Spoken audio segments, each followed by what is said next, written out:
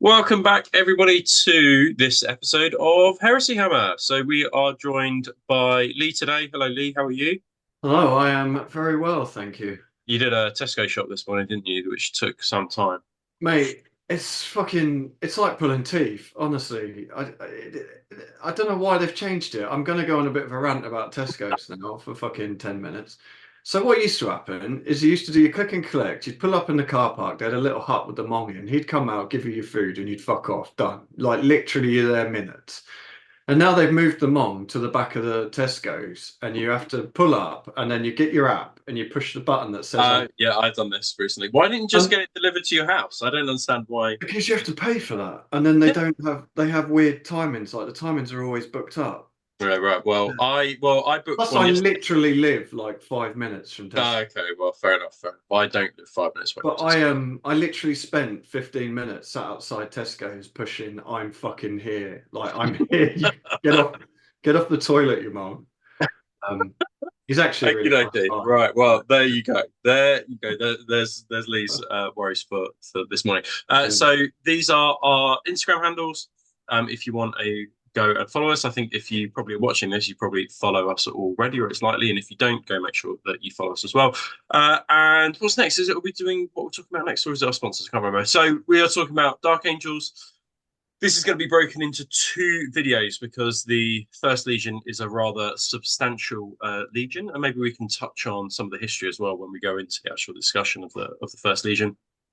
Um, but I'm excited about this one, and every time I read the Dark Yeah. Angels rules, I'm always pretty excited to maybe kind of like pick them up again because I've got a This small is Dark this Angels is book. But this is my concern because it takes me about 5 years on average to paint 200 points. yeah, yeah, So I don't need to be starting a new Legion. New Legend, yeah, it's quite a cool one though, and I think the good thing about the Dark Angels is that there's so many overlapping rules. It's a proper Yeah, thinking person's army, I think. yeah. But just to say thank you to our sponsors, we'll just quick go through at BattleBling store all your Titanicus and all your Legions Imperialis needs. Make sure you go visit them. Who's next? We have Bits Monster for all your bits. I've been looking on those guys for some Assault Marines as of late, and there's all sorts of promo codes there for you to use as well. And finally, we've also got Gator 3D, who's been with us right from the start and has been sending us some lovely uh, No. miniatures as of late. But I'll be showing the patrons that in actually today. I'm going to be recording that straight after this video, Oh, doing nice. a little bit of an unboxing for you guys.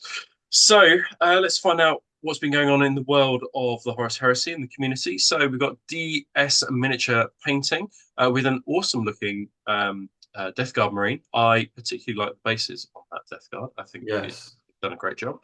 And all the weathering and whatnot. I think, yeah, it looks absolutely brilliant. And we've got Samit's kind of Space Wolf, um, kind of, I guess, like Praetor, Sergeant, Consort, whatever you might want to call it. But it's a kit bash, actually, looking at this. It's a kit Yeah. from the Mark 6 champion Champion. and some Space Wolf bits. Yeah. I think it's fucking ingenious, to be fair. Yeah, that's I actually, wouldn't yeah, I wouldn't have thought to use the Legion Champion yeah, for this sort of model, yeah. and I think it looks great. It looks Like, brilliant, actually, doesn't it? Yeah, awesome job. So yeah. yeah. Yeah. I think I've actually got a Legion champion body on a for a Ultramarines Praetor that I'm currently working on, Okay. and he's quite a good just generic body, I Yeah. think. Yeah. And the other thing to note is that the Mark 6 backpacks, like the jump packs, just fit on those ones because the yeah Um, fit perfectly. So yeah, okay. great use of the body. Well done, Smeet. Oh. Let's have a look. What's next? So we've got Belisarian underscore furnace with some really cool looking white scars, and Yeah. I quite like the helmet trim on that one as well. Actually, I think it looks Yes. really awesome. And a quick battered, weathered looking force. And your favorite I word bearer, know. You one put of your them up, favorites. but it's fucking awesome, isn't it? I Yeah, love I think this guy. it. I think this guy. This is for me the perfect kind of like word bearer scheme. I think Yeah. it's that. Yeah. I think it's a metallic paint over silver, and you know, it's got the Carabao crimson, one Right. that Matt Kane did originally at the Forge World Studio, I think, like Okay. the OG recipe. Yeah, yeah, yeah. And for me, really like properly epitomizes the word bearer as a great looking scheme. He's done some uh, great stuff on his page recently.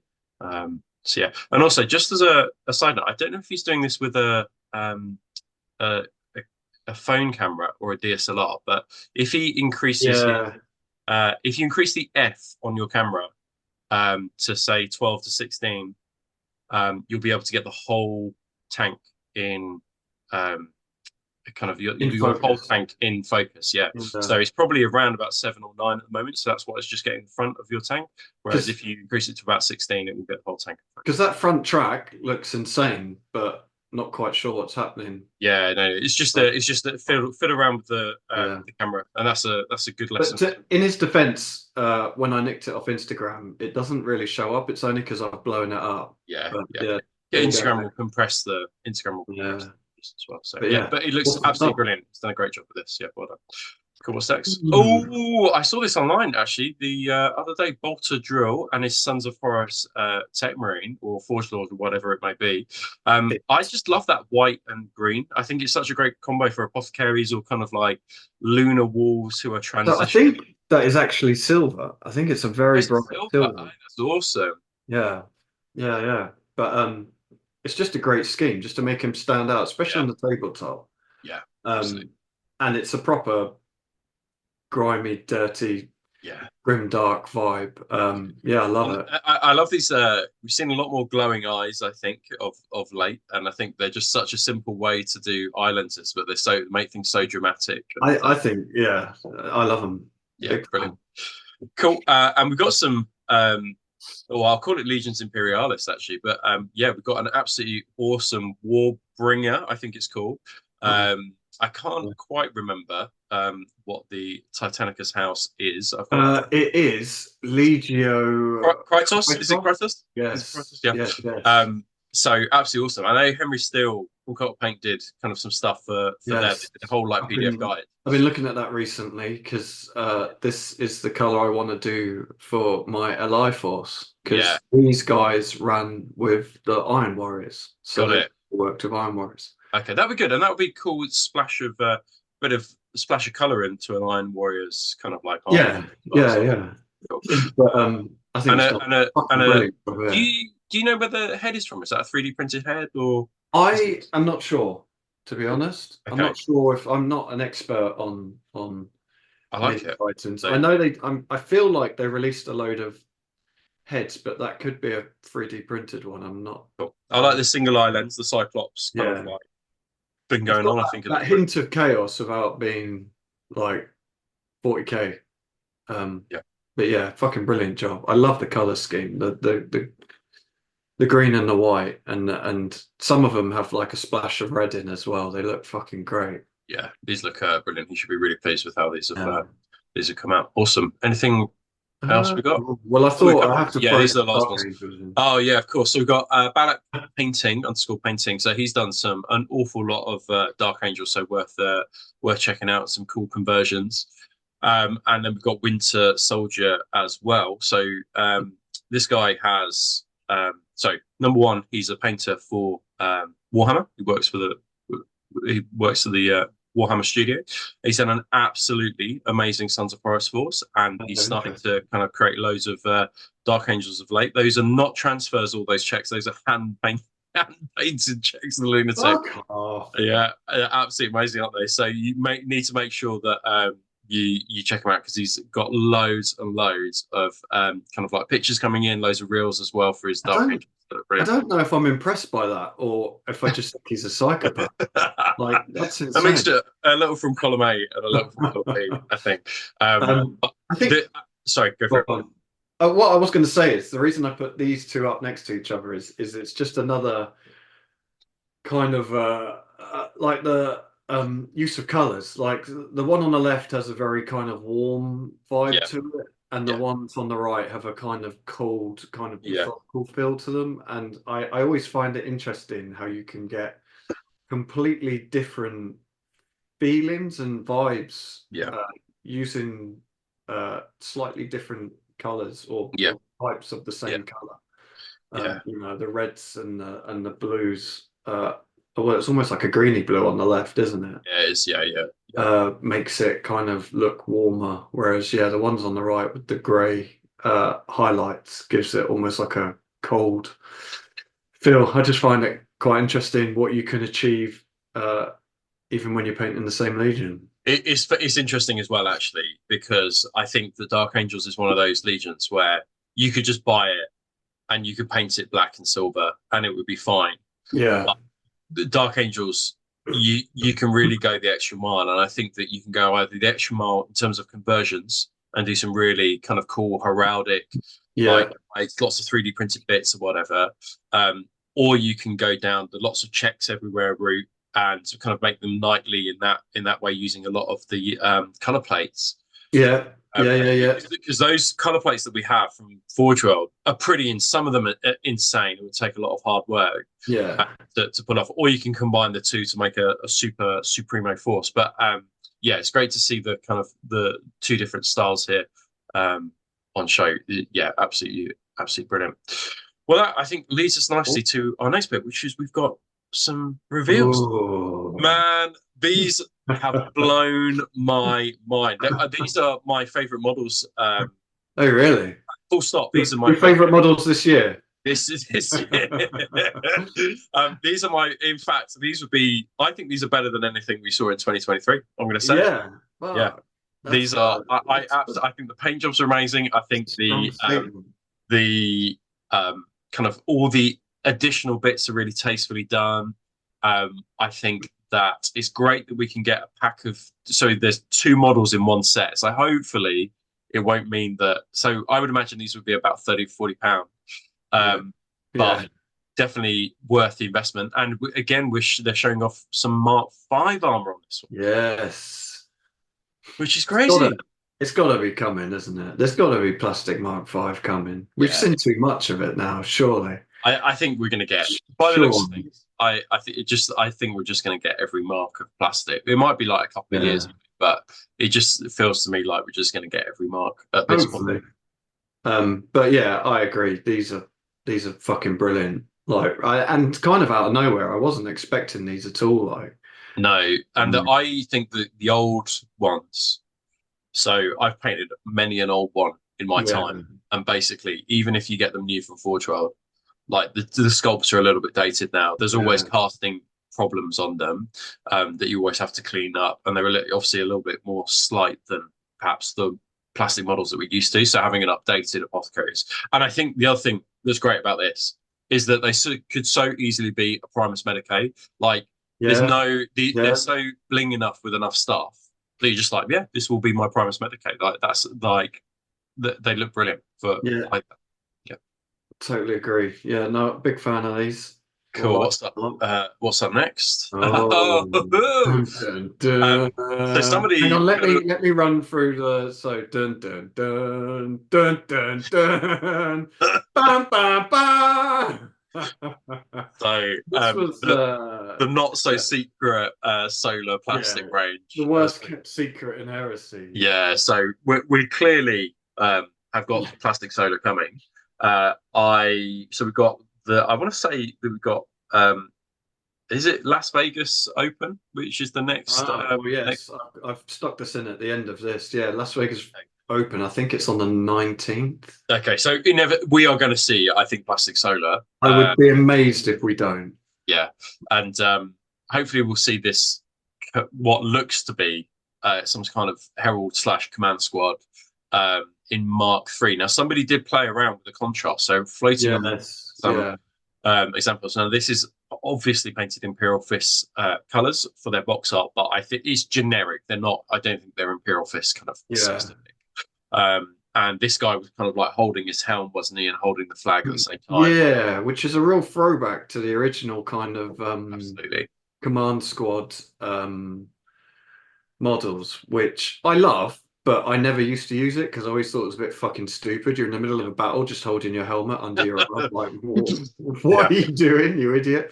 But I love the fact that it's a bit of a throwback to some of the original models. Yeah, and I think that I think people are keen and eager to get all the bits that will go with these as well. I mean, that's the other thing. Like we have quite a lot of plastic, like close combat arms now and things like that. And but I just think that having those cool additional bits like holding helmets, maybe some heraldry or some like Yeah, yeah, yeah. those shield plates that they have on their armor would be quite a cool thing, and as hopefully a variety of bear heads as well. Yeah. Would be really, really cool. So yeah, really looking forward to this. And then plastic solar, I still have my money on a battle group box the way Okay. that we had. I Yeah. think that it will come in £100, £120 battle group box, and you'll get like the Dracosan 20 or 40 guys, and Yeah. then like one of those Sentinels, and Do then you think we'll get a plastic vehicle as well? yeah, I think we'll get a Like a plastic tank? Dracosan. Yeah, I would have thought so. Yeah, yeah. I can't see how. Yeah, I can see that being a really nice box. A plastic Dracosan. Yeah. I mean, it might be a Lima Rust, but I mean, um, I just feel like that the Dracosan is just such a. It's a solar tank, isn't it? You know, Yeah. Yeah. Yeah. Yeah. Yeah. and then you've also got the problem. I mean, I don't know if they're available on the website, but you're like, okay, well, I'll pay for all this plastic infantry, and now I've got to pay like 100, 200 quid for A like lump of one of resin. Yeah. exactly. I just think I think that they're probably a bit more forward thinking than that. I think, but anyway, This is Games Workshop we're talking about. I Let's am. not get ahead of ourselves. I would have been pleasantly surprised Yeah. with But this their is cool. releases. This Yeah. essential thing. We've not seen anything like this before. So Like I don't know a lot about Sentinels, but this because in my head a Sentinel is like an armored. It's like yeah. an all round kind of armor thing, but this is totally different, right? Yeah. This is So like I think it's like an even lighter version of the Sentinel would be my guess. Like some sort of little gun platform, walk-in gun platform thing. okay, cool. But yeah, we've not seen anything like it. I was half expecting one of the Sentinels that we got in the Legions Imperialis box set. I was expecting something like that. Yeah, So maybe something like that will come in the future. But I'm excited to see Solo Auxilia. I love them. I will probably buy some and never do anything with them because it would take me fucking years to build and paint. The trouble is, they're amazing models, but they are very detailed. yeah, And to build and paint the amount you need, I think you either need to realize that you're going to spend a fucking long time building and painting them, or you need to do a color scheme that is very basic. that's true. Like they have black armor, and because you get armor and you get the clothing as well, don't you? You get all Yeah, the padding. that's the problem. If you just do it all one color, I've seen some versions that look really good. They're really well done. Yeah. But yeah, they're It's gonna like an Imperial Guard 40k force, which is yeah, you can either with more airbrush the armor detail. or you can airbrush the cloth. You can't do both, so No, you're gonna have yeah, to end up doing one of those things by hand, and yeah, you're gonna spend a substantial amount of time doing yeah. one of those two things. So, yeah, But they look so fucking cool. yeah. So I assume we don't I have any rules for a Sentinel, a light version Sentinel. don't think so. No, I don't actually. I don't have the Auxilia book. Okay, well, if you guys are watching and we know of a light version Sentinel, then pop it in the Wait, comments below. But I'd I'm imagine it'd be a toughness 4, toughness 5 kind of thing yeah. with I the don't last know cannon to on be it. So honest. yeah, It'd be interesting to see. Yeah, but no, I've not. I don't know of any rules for this. yeah. Okay, cool. Well, we'll keep our eyes peeled, and I'm sure we'll talk about it kind of later in the month. We'll probably do another main show after the Las Vegas Open. I think would probably be the best one to do Yeah. it. And then we can discuss what's been shown. Awesome. Anything else to show? Oh, I'll leave you to talk about this one because I know sweet FA about this. So I got a bit salty about the whole Legions Imperialis. Not to the point that I want to go down to Games Workshop and start a riot like some people were talking about the protest due to the old one. Yeah, I saw that on there. The old one, man. If you've not joined that Facebook group, like it's like lots of people who have just discovered social media Like, Oh, like proper angry. shit posting, proper like people who have never encountered like Facebook on their phones before. like, like, Like, like, don't get me wrong, I get it. You know what I mean? You want to buy something, and this is pretty much every release they've done in the last year has been a bit of a shit show, you know. Like we're talking about Legions Imperialis, which is probably one of the worst yeah, releases they've great, was ever it? had. But like, fucking hell, do you not have anything better going on in your life if you're that fucking irate about toy soldiers? Like, I get it, it's frustrating, but at the end of the day, you're Yeah, not fucking dying, are you? It's toy soldiers. Like, come on.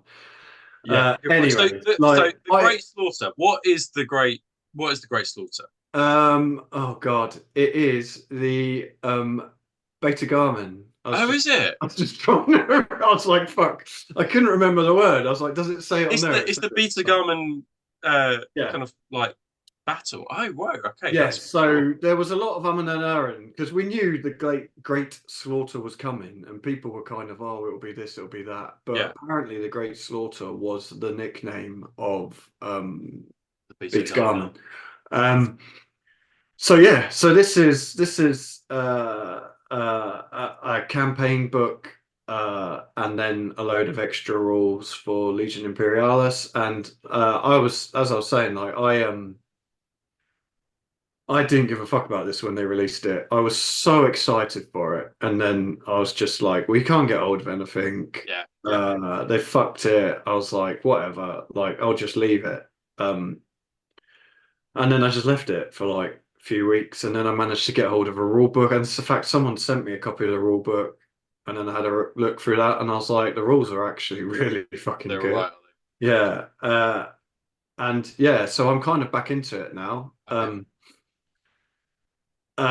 But yeah, so this will be a load of stuff that we've seen already, like rules for Spartans, like you can see their land raiders, which we didn't get in the first book. And again, a lot of people were kind of crying about that, but it kind of made sense. You had enough to be getting on with just Yeah, painting 200 infantry dudes yeah, yeah. I understand without worrying about everything else. So I think the timings are probably not great because they've released the game, they've released this, they're releasing Warhammer the Old World. It's all coming out at the same time.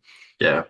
Clearly struggling to get the stuff made because you just can't get hold of anything. So it'll be interesting to see what happens with this. I imagine when they do, I think this is getting released at the end of this month. And I will imagine they will probably run out very fucking quickly. Yeah, that's interesting, isn't it? Okay. Yeah, I mean, I read their kind of 6 monthly financial report this morning, and they were saying that, Oh, but basically, like in kind of fancy financial words, they were just saying that we know we've got a few issues at the warehouse, and which we're dealing with those right. things as we swap over because we Yeah. warehouse, I, etc., etc. And then they were talking about in America that they bought another 15 robots, like servitors really. to Yeah. do it. Yeah, you know, like in Amazon where they just have robots who are Yeah, just yeah, yeah. And I pick. have heard that's one of the problems, is it isn't necessarily them making it, it's getting it out that's the Yeah, problem. But I mean, who fucking nice. knows? Yeah. But yeah, the main thing with this will be you can field full Titan armies and knight armies. Oh, So, right. yeah, In in that'll be Legions in Legions yeah. Imperialis. So I think Oh, they've right. said the game has to be like 6,000 points or something ridiculous. Oh, okay. I got excited then. Okay, but all right. But yeah, but 6,000 points actually of Titans is This you'd be is easy to surprised. do, isn't Like, it? yeah, Cool. you soon fill it up. You throw in some of the big boys in there. Okay. But yeah, I think it's quite exciting. I always wanted to play Adeptus Titanicus, but I Yeah. didn't have the brain power to remember any of the fucking rules. So it'll be good to be able to do stuff like that using these rules. So yeah, I'm excited for this to come out, but Nice I'm one. fully prepared not to get hold of the book for about 5 months. Yeah, that's interesting. I think that if you are an Adeptus Titanicus player, this could be an exciting one for you. You've already got loads of Titans as well. So yeah, Yeah, I think yeah, definitely, it'd be yeah. cool to know, have a dedicated book about Beta Garmin as well, and know more about that. Yeah. And then we found out on Sunday that this is dropping on Saturday. So we are recording this on Wednesday. So it'll probably drop later today or tomorrow. So a couple of days. So if you haven't got this in your kind of alarm clock in your diary, then make sure you set it and make sure that you are on at like 9:30 because of the Oh. website issues. I think it's important to say that I'm not going to stress about it. And if I get it, I get it. But I've come to the realization now that because this is the last one in the series, I Yeah. will spend like £500 Yeah. this book from scalpers in order to finish it because I'm so deep and I've got every single other one That's the that trouble, I isn't would it? just pay anything to Yeah. get this final book. And I think that's the one of the problems with it. I'm sad that they don't do like a made to order service for this, but I'm Yeah. not going to stress, and you guys shouldn't stress shouldn't stress too much about it either. But I think that and my other piece of advice is don't hit the refresh button. Okay, just let it because you put See, you in the don't back. give people advice, mate. Don't give people advice because they'll get it over you. Oh yeah, then I'll be really salty. Yeah. I don't know if I was the only one that was expecting it, but I was half expecting this to be the End of Death Volume 3 Part A. 'Cause, yeah, Although it is they did say that it was absolutely huge again because the last two books have been monstrous. So this is going to be a I monstrous haven't one. read them. I need to catch up on my Siege of Terror, but I needed, to be honest, I needed a break from the Siege of Terror Yeah, because there's only so much I can read about well, people, yeah, and lots of amazing about books as well. White Scars just walking around a war zone and humans Carrying babies, yeah. Yeah. What the Cool. fuck? So set your alarm clocks, get on there at 9:30. Remember that there is a queue system and the White website is Scars carry terrible now. Right. And then I think, yeah, so this was what they released a few days ago, I think. Yeah. So, yeah, the Las Vegas Open, and then Just a obviously. second. I saw that, that old world Facebook group, which is great fun. If you aren't part of it, you should I go need join to it just join for the it. Yeah, I banter. don't really go on Facebook, to be honest, But basically, they were like, somebody was crying that because they're they not on weren't this. included. It was included. They got like a million things, and like 2 weeks later, they're like, "Oh, we're getting nothing." Maybe I can.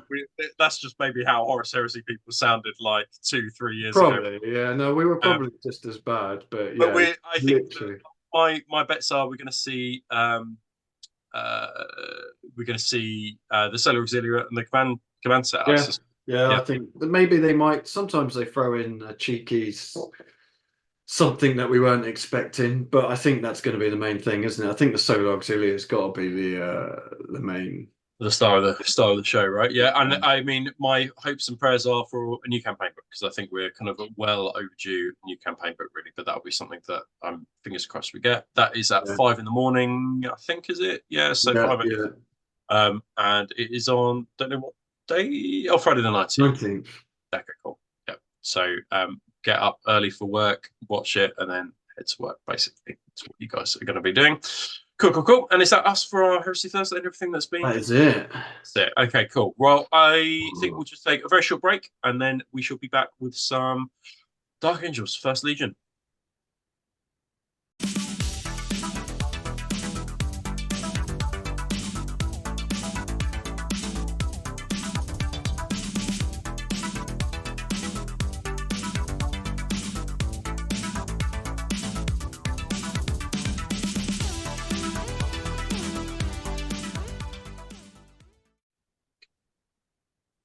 Welcome back, everybody. So we're going to be talking about the first Legion, and I mentioned this on my kind of 1st of January post on Patreon. Someone said, "Oh, I'm quite I curious see to what see." you did there. The first on the first. Yeah, they were like, "I'm quite curious about how you guys are going to approach this," because they said that basically they haven't seen a good, detailed kind of guide to this. So we are. Sorry to disappoint, but Well, I spent past 40 minutes kind of like making notes on this because this is, I think, one of the more complex of the legions. yeah. So that's why we've decided to break it into two. So today we're going to be talking all about the rights of war. We're going to talk about the hexag grammatons, which is basically the special rules. We're going to talk about warlord traits, advanced reactions as well. And you might be like, oh, that doesn't sound like a lot. Well, there are 6 right of wars that we've got to get through today. And then we shall do the next show will be all about kind of like the special units and the war gear options as well. Yeah. So if you haven't kind of seen the show, very early on, probably about 18 months ago, we did picking your loyalist legions. And I think Dark Angel is probably the first one that we discussed. So you can go back and check that. And we kind of did a 20-minute kind of overview about the background, the history, and the style of war for the Dark Angels. So they are the first Legion. They were essentially the prototype. And I think that in terms of gene seed, these guys that have, they're not kind of got canine gene seed or sort of vampire gene seed or whatever. It's pretty unreactive and pretty pure. But these were the prototypes, and one of the things that comes up time and time again within the Black Library novels and certainly the Black books is the fact that these guys are almost like the jack of all trades because they didn't have the other legions to rely on. So now we might think of the Alpha Legion being all about subterfuge, being about infiltration, being about kind of using assets, for example. And then we think of the White Scars as being a fast and aggressive force because they're obviously based around bikes and jet bikes and things like that. The Dark Angels didn't have their brothers to rely on, so they had to become the jack of all trades. So they have, the White Scars didn't exist, but the Raven Wing did exist, and they've got these 6 wings where they were able to specialize. And there are quite some complex structures within the legions based around the kind of like these wings, but also the secret structures that any kind of military organization might have when it's out in the fringes, kind of like working alone. And they are quite a complex legion.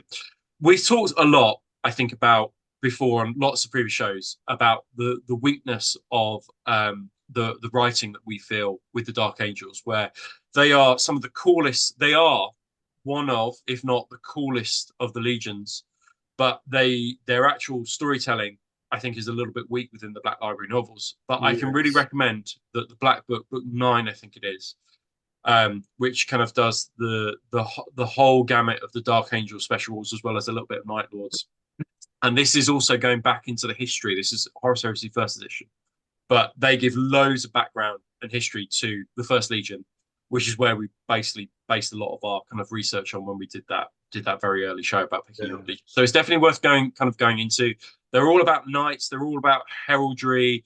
They obviously come from Caliban, and in 40k we know that as a kind of the rock. It's basically exploded after the Lion and Luther kind of had a big punch up and basically destroyed the world that they were on, or kind of blew it up or whatever. But we'll wait to see how exactly that kind of like part of the story will pan out with the Siege of Terror, and whether that will appear in the Siege of Terror as well in the final book we were just talking about. Is there anything you just want to add about the overall, just kind of like just the structure, the story? I mean, I would say like the Dark Angels were my first love. Many years ago, when I first started playing kind of 40k, I had a Dark Angels army. And back then, a lot of the information wasn't available. Like they kept it hidden on purpose, and then they've kind of released it over the years. And I just fell in love with the fact that they're just such a bunch of secretive dickheads. Yeah. And they've got this real complex kind of orders, and then orders within orders, and then different groups and this and that. And I can only reiterate what Rob has said. I found the Black Library books, whenever they talk about Dark Angels, the Dark Angels just seem to be a bit shit. And then you read the Black Book, Book 9, and you realize why the Emperor always turned to the Dark Angels when he wanted to get shit done, because they were the ones that would just turn up and wreck face. Yeah.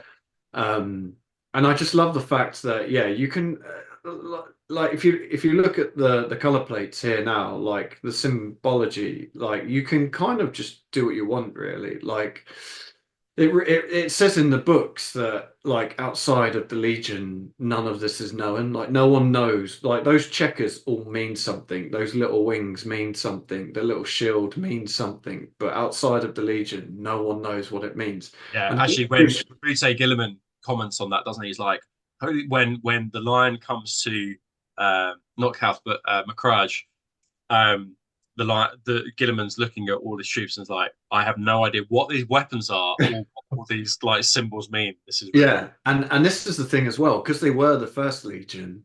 they were the ones given all the funky weapons because that's the Emperor had a handful of like lunatic shit left over. Yeah, from the Age of Strife, I think. Yeah, and so he gave it to the First Legion. And actually, if you read into it, like the first like dudes from the First Legion, the first guys that were made into Space Marines, the Emperor, I can't remember how it's described, but he basically gave part of his psyche, he'd do something to their brains, wouldn't he, to protect them. And Yeah, he had to the stop doing it unbalanced because cycle. every time he did it, it made him a little bit weaker. So he had to stop doing it. Yeah, But I mean, so these guys are the absolute fucking OG murdering dickheads. Like, yeah, yeah, and whenever he had a problem, Russ is always like, "Oh, we're the ones that the Emperor turns to." But no, yeah, he doesn't. He goes and gets the Dark Angels. If he really wants something fucked up, he goes and gets the Dark Angels. yeah. Um, and I think with all of that, what it does give you in terms of gameplay is a lot of ability to just come up with sort of any list you really want. Yeah, yeah. Um, The flexibility around list building is pretty impressive, and I think that the way that they've written the rules, I think, is actually quite clever, which is that you yeah, can base your force just around a wing, or you can keep it generic, like a standard Dark Angels army would be, or yeah. when they call the eschaton imperative or whatever the right is, which is, and they've got some great. In fairness, there are some good scenes where they're like, we will enact the eschaton. There And are. They're like few and far between. like Power Rangers, they're like, go, go, eschaton, Yeah. and then they all gather together. Yeah. There are some good scenes within some of the books. So yeah. So anyway, we're going to explore those things, and we're going to start off first of all with just a generic rule. Now, this isn't going to Oh, actually tell us too much, but essentially, I'm gonna kind of basically paraphrase it. Basically, the hexagrammaton is a umbrella term for 6 different special rules. And those 6 different special rules can be given to each of your Legion units, and nor are they specific to, say, just infantry. They can be given to dreadnoughts. They can be also given to tanks as well. Now, when we go to those 6 different rules, you shall discover that it is pointless giving, say, Deathwing to a Contemptor because it doesn't have a sword. So that would be a foolish thing to do. So there are some units that are obviously going to benefit better or better from the pick that you make. But already you can see, because we've got 6 different special rules for the Dark Angels, this is where it gets quite complicated, and there's going to be quite a lot of bureaucracy around the force. And I suspect as well, Dark Angels players playing their first couple of games, might lose a game or two because they don't fully understand yeah. but the more they play, I think the more they understand their force, the better that they will come with it. We're not going to go through the arsenal of the First Legion, but they've got some pretty funky war gear, and then they also have access to Paladin as well, which we'll discuss next time, which is a very, very good unit choice. So almost like an alternative to a champion. Slightly, I think there's a piece of paper between them, but they're still pretty good. And then we are going to talk about the Warlord traits as well. So let's go over to the six rules. Oh, sorry. This is the man alive. I asked a lot of questions about this morning, didn't I, Lee? Yeah. So I'm gonna paraphrase it. Perhaps Lee, you can jump in here and just tell me if I'm wrong or not, because there's so many words, and essentially I'm gonna paraphrase it. So independent character. So basically, when you create your list, your army, your tactical squads might be given. We'll talk about what this is in a minute. Might be given the Stormwing special rule. Okay, so you might be thinking, oh, okay, well, if they've got the Stormwing rule, that means that only Stormwing models can be attached to them. Well, that's not the case. What can happen is that you can mix and match units within your force. So independent characters could, say, have the Dreadwing rule, but then join a Stormwing unit. Now, where it gets quite complicated is that because you've then got a unit that has different kinds of the different hexagrammatons in them, it means that you can then pick and choose what that unit then does. But you have to pick and choose that at the start of the turn. So you might go, okay, well, these Assault Marines, they might have the Stormwing special rule, but because there's an independent character, who's got the Deathwing, I'm going to give them all essentially the Deathwing. Okay, so then they would have +1 to hit close combat. But there might be times you go, well, I actually want +1 to hit with my bolters, so it would be better to choose it. So that means that there's quite a lot of thinking that you've got to do at the start of each turn and go, what's going to benefit my individual units separately? Now, where it gets more complicated is where we've got apothecaries and where we've got tech marines as well, because what used to be quite common is that you would give an apothecary a particular rule and then that was different to what you were attaching it to. Now that's been cleared up now. And I'm going to read this bit because it is also quite complicated. So it says, however, a Legion Tech Marine Covenant or Legion Apothecary attachment may select a different hexagrammaton unit subtype for each model in the unit. So that's talking and referring to the apothecary detachment. So when you select your apothecaries, you can select up to 8, and each one of those apothecaries within that 8 can have a different hexagrammaton. Okay. So it's not saying that all 8 of your apothecaries have to be Stormwing. Oh, can it though? Can it? Yeah. So are they not all a unit, or are they individuals? No. I think that this one, it says Legion Apothecary Detachment may select a different hexagrammaton unit subtype for each model in that unit. Oh, okay, yeah, sorry, yeah.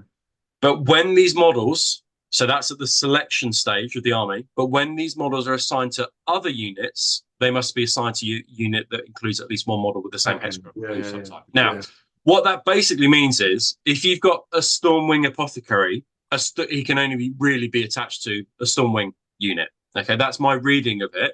Yeah. And it does say with this at least one model with the same hexagrammaton unit subtype. Well, basically, that's just going to force you into a certain situation because there aren't any units that I could think of off the top of my head that have different, that would be able to have different hexagrammaton types. So basically, just view it as my Stormwing has to be attached to my Stormwing unit. So yeah, unless you attached, say, a Praetor to that unit and that had a different hexagrammaton, then you could attach the Apothecary to that unit with the same hexagrammaton of the Praetor. I would. That's how I read it. Yeah, but I think that because of the way that the apothecaries are selected and because of the way that they're assigned to units. Yeah, okay. Well, why don't we'll come back to that. Because it says when these models are assigned to other units, they must be assigned to a unit that includes at least one model with the same hexagrammaton unit subtype. And then below that, it says models with the independent character special rule and the hexagrammaton unit subtype may join units that include models with a different hexagrammaton unit subtype. So I would say that you could attach a Praetor with, say, Iron Wing to a Fire Wing unit, and then attach an Iron Wing Apothecary to that unit. But I could be wrong in that. Yeah, we've got two different views on this. So I would say that because of the way it's worded, I think technically Lee is correct, but I think the way in which apothecaries are selected, I think that wouldn't be correct. But let's say we'll agree to disagree on this one, Lee. And then if you're a Dark Angels player, put it in the comments below. And then we shall go from there. So, yeah, and you can already see from the first paragraph already, because it's quite a complicated Legion. Because it's quite complex, there's already some things that are coming up. So let's go to the actual hexagrammaton rules, and then I will do my best, rather than just reading them to you, best to sum up. So Stormwing, basically, you get +1 to hit when shooting with a bolter, combi bolter, or bolt pistol. So this is going to be great on your tactical squads. This is going to be great on your assault squads. This is going to be great on your despoiler squads. But there might be better ones for your despoilers and your assault squads in a bit. But that just generally, if you've got a bolter, this is going to be a really good one. Note though, it's not a heavy bolter. Okay, so that's Stormwing. Deathwing unit type. So basically, if you're using something that looks like a sword or is modeled with a sword, you get +1 to hit in close combat. Now, that means that things that are weapon skill 5 going against things that are weapon skill 4 would be hitting on 2s. So it is a massive buff. Yeah. really, really strong. But it only applies to these things. So I say only, this is quite a long list. So chainsword, force sword, power sword, tyrannic greatsword, Calamanite warblade, charnable saber, parable blade, close combat weapons modeled as swords. Now that doesn't mean, and I saw this asked the other day, that doesn't mean you can stick a sword onto your dreadnought and then use the rules as a power fist. Like that's not a thing. It's referring to close combat weapons specifically there. So you can't just stick a sword on whatever model you want to and say it's got +1 to hit. If you're a vehicle with the Deathwing rule, you haven't been left out. So they basically get +1 bonus to strength of all hits inflicted as part of a ram attack to a maximum of strength 10. And ram is actually pretty good nowadays.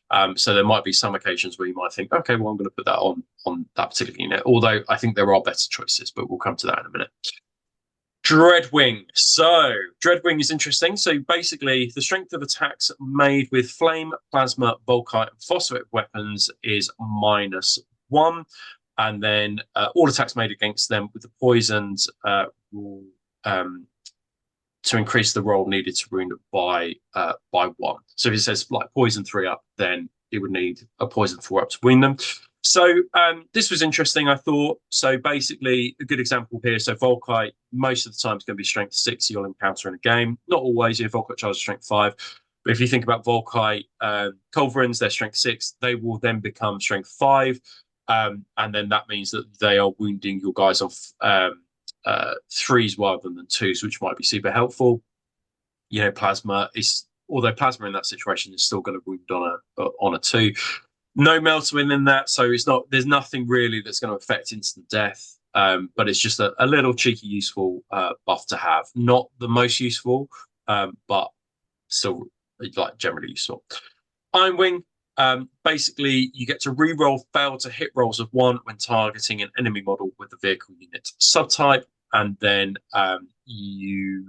if you're a vehicle and you have the Iron Wing rule, you will also be able to make snapshots at BS2 instead of BS1. Now, I did make some notes here, which I'll get out. So Iron Wing, you might be like, oh, that sounds really good. Re-rolling once. It is useful on things that doesn't have twin links because you can't re-roll a re-roll. So where it stops being useful are things like multi-melters because they're obviously twin linked. Where it's not very useful is things like Gravis Melter because it's twin linked. Other things it might not be useful on is Predators or Kratos, which have been upgraded with a super duper melter guns. Okay, so you need to think. I think if you're choosing an Iron Wing unit for a vehicle in particular, you need to think really carefully about what is going to leverage that reroll to 1s, because anything that's got twin linked on it is not going to be very useful. But if it is a las cannon that you're kind of going, okay, well, I'll take the Kratos with the melter, but I've got 4 las cannons on there. Actually, being able to reroll 1s is really useful because there's only 2 that generally you'll fail unless it's night fight. So think carefully about selecting units in that reroll and rerolling and reroll because you're not allowed to reroll that reroll. Anything you want to add to those 4, Lee, before I kind of move on to the last 2? No, not really. I think so far the Dreadwing is the least impressive of 4, but one thing I didn't say. So I did say about Stormwing and being obviously most useful on tactical squads and Dreadwing. Dreadwing. There is a specific special Legion unit that we'll look at later on that already comes with the Dreadwing special rule. Deathwing, though, I mean, units that's going to be most useful on are things like Elite Terminators or Terminators just generally. It's going to be really useful on veterans. It's going to be really useful on command squads that are resourced. So anything that's weapon skill 5 already, and then giving a +1 to hit on top of that, it's going to be really, really useful. Assault squads, that'd be pretty good. Assault squads, the spoiler squad's going to be brilliant on. Absolutely fantastic. So Firewing. Now, Lee's a big fan of Firewing. When we did our allied detachment, he kind of embraced the Firewing, and we'll talk about the Rite of War a little bit later. But the Firewing, so basically, they get +1 to wound. So everything we've seen basically so far has been about the hits. They get +1 to wound, when they're attacking a unit that has an independent character in. Okay, so it can either just be the independent character on its own, or if the unit contains an independent character. Yeah. So +1 to wound is actually really, really useful in many, many situations. But it's just a generic +1 to wound. So that could be in close combat, or it could be in shooting as well. Yeah. So something really to consider if you're thinking about your Seeker squads, for example, that's going to be useful. But also if you're thinking, I've got this command squad that I know is just going to go and hunt other other independent characters and other command squads and elite units that are going to have independent characters in, that could be a really useful thing to just to have. But I think the specialization that you can see here means that I would be really embracing that specialization and going, this unit does this particular job within my army. This unit does this particular job in my army. That's often the way I play, but with Dark Interest, I think that's even more the case. So Ravenwing is relatively quite complex. So I'm going to read this one. So other than models with a vehicle unit type, add +1 to the distant move when unit runs. So let's say we give it to attack squad. If that unit decides to run, it gets +1 extra movement. So it's not +1 on the movement characteristic, it's only +1 on the run. So they would be able to run 5 inches rather than 4 inches. And models with the cavalry unit type, so this is when we're thinking about our bikes, may also re-roll any failed shrouded damage mitigation rolls as well. So that's quite useful. So a 5 up, you get to re-roll that. So it's probably slightly better than a 3-point something. So it basically makes you feel like a harbinger of the Legion without having the harbinger of the Legion rule, being able to re-roll the shrouds. And models with this unit subtype and a vehicle unit subtype instead add +2 to their movement characteristic when moving at cruising speed. So just a little bit of extra movement on top of that one as well. So for me, Lee, I don't know about you, there are some really good ones and then there are some not so good ones. So for me, Ravenwing and Dreadwing, I think are 2 of the weakest, whereas the other four, I think are all quite good. Yeah, I'd agree with that. I think if you want to take Dreadwing or Ravenwing, you really need to think about kind of the units you're selecting and the way you're building your list, more so to kind of maximize the effects. But I think they're all good. I think they've all got their uses as well. Like -1 reducing strength is always good. I just find not many people take flamers, not many people take plasma nowadays. Yeah. And Volkite is still going to hit you with 15 million shots. So it's still gonna hurt, isn't it? Yeah. But it's for free. This is just have that. So but yeah, Firewing, I think I just fucking brilliant. Yeah, absolutely. And Deathwing. Yeah, absolutely. Just a straight +1 to hit. It's not +1 weapon skill. It's just a straight up +1 to hit. So it's brilliant. Yeah, absolutely. Yeah, so some of those are cool. Okay, well, let's have a look. What's up next? I think is it Warlord traits we're looking next? Dark Angel's reaction. Right. So Dark Angel's reaction. You could get basically 2 reactions here, or 2 different things can happen. So you make a check, a leadership check, using the lowest leadership characteristic in the unit. So if you've got your Praetor attached to a tactical squad, you will be rolling this on leadership 7 because it's the lowest leadership in the unit. Yeah. Okay, so that's really important to note. But if it does work and goes off and you roll under that leadership, when you're getting assaulted, it obviously happens in the assault when you're getting charged. Yeah, when you're being charged, you gain Fearless and Fear 2. So 2 very, very good rolls. So you aren't going to back down, but also the Fear 2 is going to fuck with their morale quite significantly. Fear 2 is I think pretty tough to get in the game unless you're a creepy little Night Lord, I think. But if you fail it, you still get Stubborn and Fear 1. So there's less chance that you are going to run away. And that stubborn check, if we were using the example of a Praetor attached to the command squad, that stubborn check would be made on leadership 10, and then you get fear 1 as well, which would be super useful. So even if it goes wrong, even if it goes right, it's all okay. I don't think it's as good as some advanced reactions, but I do think it's better than other reactions. It's somewhere in the middle, certainly better than the Sons of Horus one, not as good, I think, as the Imperial Fist one, for example. Yeah. So yeah, anything to add to that, Lee? No, I mean, I feel like if you're running Dark Angels, you're going to be.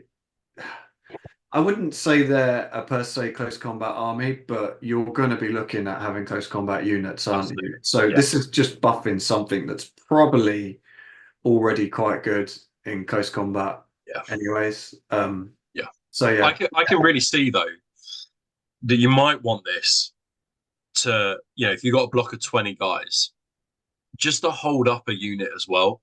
To, try and form in the next term some kind of counter. But it's the fact that you've got to be charged. So it's one of them, isn't it? I think this could be really good. I just think all the pieces have to move in the right way for you to be able to get it off how you want. Because and I think that feeds into what we said, which is that this is actually quite a complex army to play well. Yeah, that you have to set up all that. There's a lot of moving parts within this army, and then this is just an additional cog within those moving parts as well. Cool. Right, let's have a look at the Warlord traits now. I think it's the Warlord traits. Cool. Right, so they only have 2. Interestingly, I don't know if you noticed this, Lee, that there's no loyalist specific and traitor specific. So we're gonna get loads of fucking dog shit jokes. They're traitors. Traitors. Loyalists and traitors can choose from where they want to. Do you want to talk about these ones, or should I just? Yeah, no, I don't mind it. Okay, Marshal of the Crown. Marshal of the Crown. I'll just read it. A warlord with this trait must select one of the hex grammaton unit subtypes, or units that include at least one model of the corresponding unit subtype, and at least one model with line of sight to the warlord gains a +1 leadership to a maximum of 10. Now, when I first read this, I was like, that's fucking really good. And I think it is good. But then I was thinking about it, and I was thinking about the sort of tables we tend to play on. And I was like, you're probably not going to be having a huge amount of units getting line of sight to the warlord. Yeah. Unless like you base your warlord on some ridiculous, like build a tower and put him on top of it. So I do think this. I mean, there's 2 parts to this. This is the first part. I do think it's good, and I do think like leadership in second edition tends to be lower than what it was in first edition, so it does have a big impact on the game. But I just feel like a lot of the time you probably aren't going to be able to see a warlord.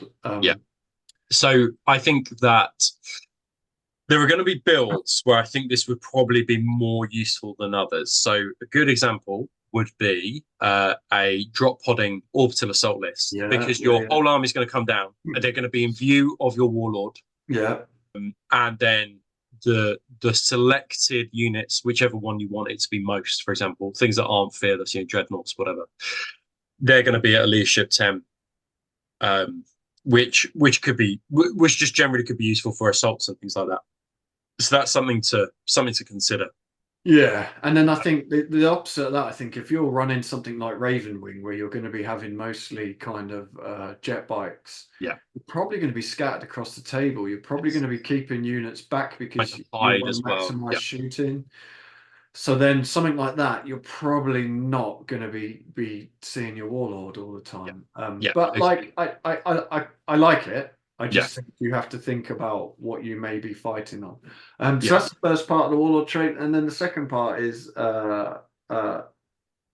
in addition, an army whose warlord has this trait may make an additional reaction in a phase of the opponent's turn dictated by the hexagrammaton unit subtype possessed by the warlord. So depending on what you've chosen for your warlord, depends when you get an additional reaction. So Deathwing, Dreadwing is the assault phase, Stormwing, Ironwing is the shooting phase, And Raven Wing and Fire Wing is the movement phase. And that can only be made as long as the Warlord is still alive.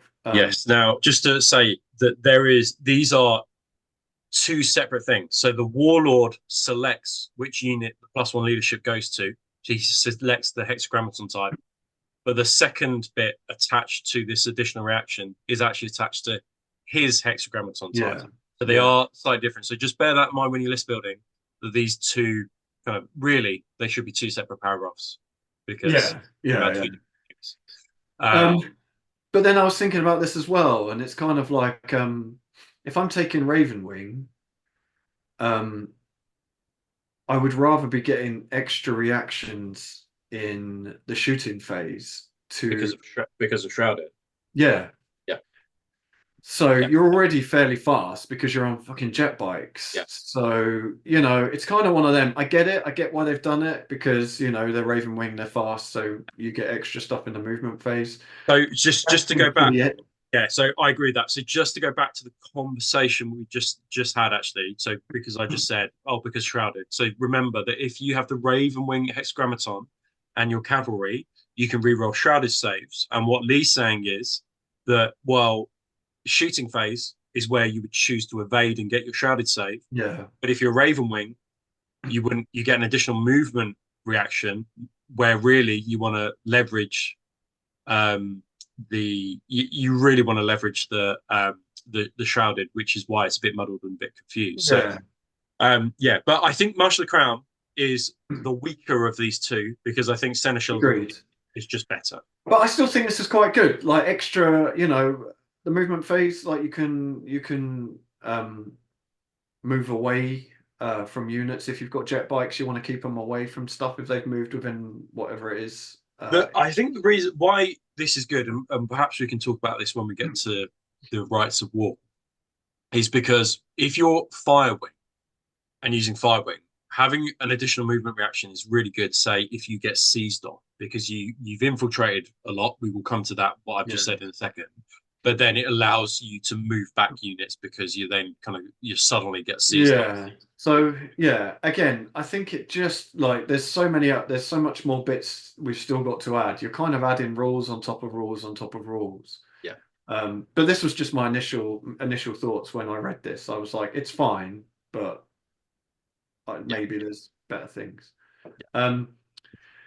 And then we have whatever that says, Sensicle of the Keys. A Warlord with this trait may select any one faction, for example, Mechanicum, Dark Mechanicum, Demons of the Ruined Storm, Legiones, Startes, X, etc. Once per battle, the Warlord's controlling player may, at the start of any of their own turns, declare that turn to be decisive.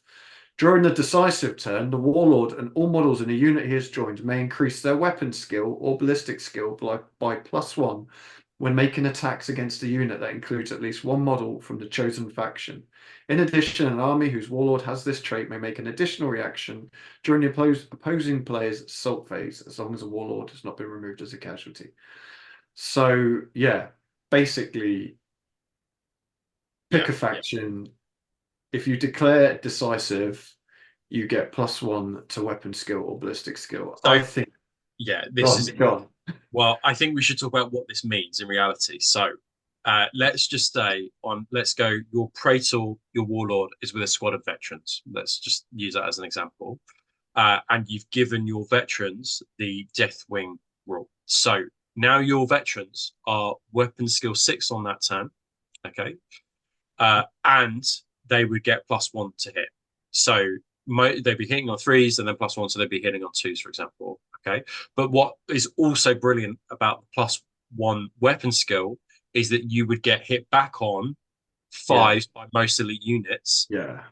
Which just makes it even better. So the +1 to hit from Deathwing is good, but you're also getting hit back at your normal weapon skill. What's even better about this is that it's harder to hit you, and if you took Deathwing. So this is really all about, as Lee said, you're going to have close combat within your force, whether you have a squad of Zenobium, whether you have a squad of the Deathwing retinue, squad of veterans, just a command squad, whatever. But I think that of the two, this is obviously good.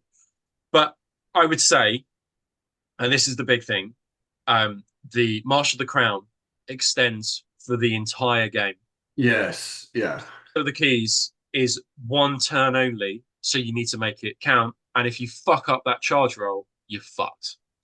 So that's something to bear in mind, isn't it? Yeah.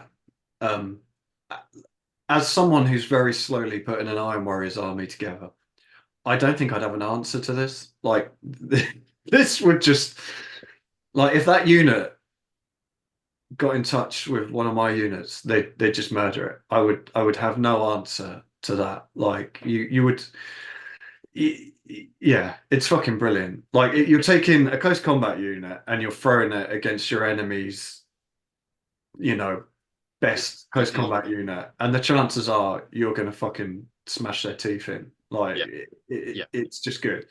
I guess the flip side of that is if your opponent knows you're going to do that, they're going to keep all their really good stuff away yeah, from that unit. But yeah, yeah, um, absolutely. So I think the other thing yeah, is here um, is that why I think this is really good is something like either deep strike um, or, orbital assault or whatever. Um, but you know, if you did a deep strike assault, this is where it's like, holy fuck, this could yeah, be really, yeah. really strong because you can But charge. it's the ballistic skill as well. So you could mix it Yeah, in with Firewing. yeah, And then, you've increased your ballistic skill. You're hitting on twos probably with a yeah, unit. yeah, And then you're increasing your wound. You're just wounding by +1. Like, yeah, there's so many options of this. I think it's really good. But like you say, you get to use it once and once only. yeah, But we're adding more rules on top of more rules. yeah.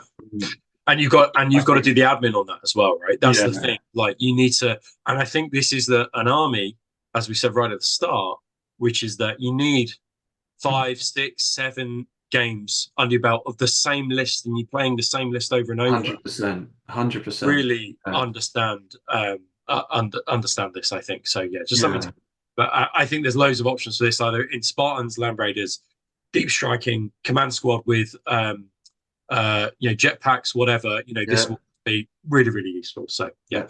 cool. Right, I think we're about to come on to Rites of War, aren't we? We are.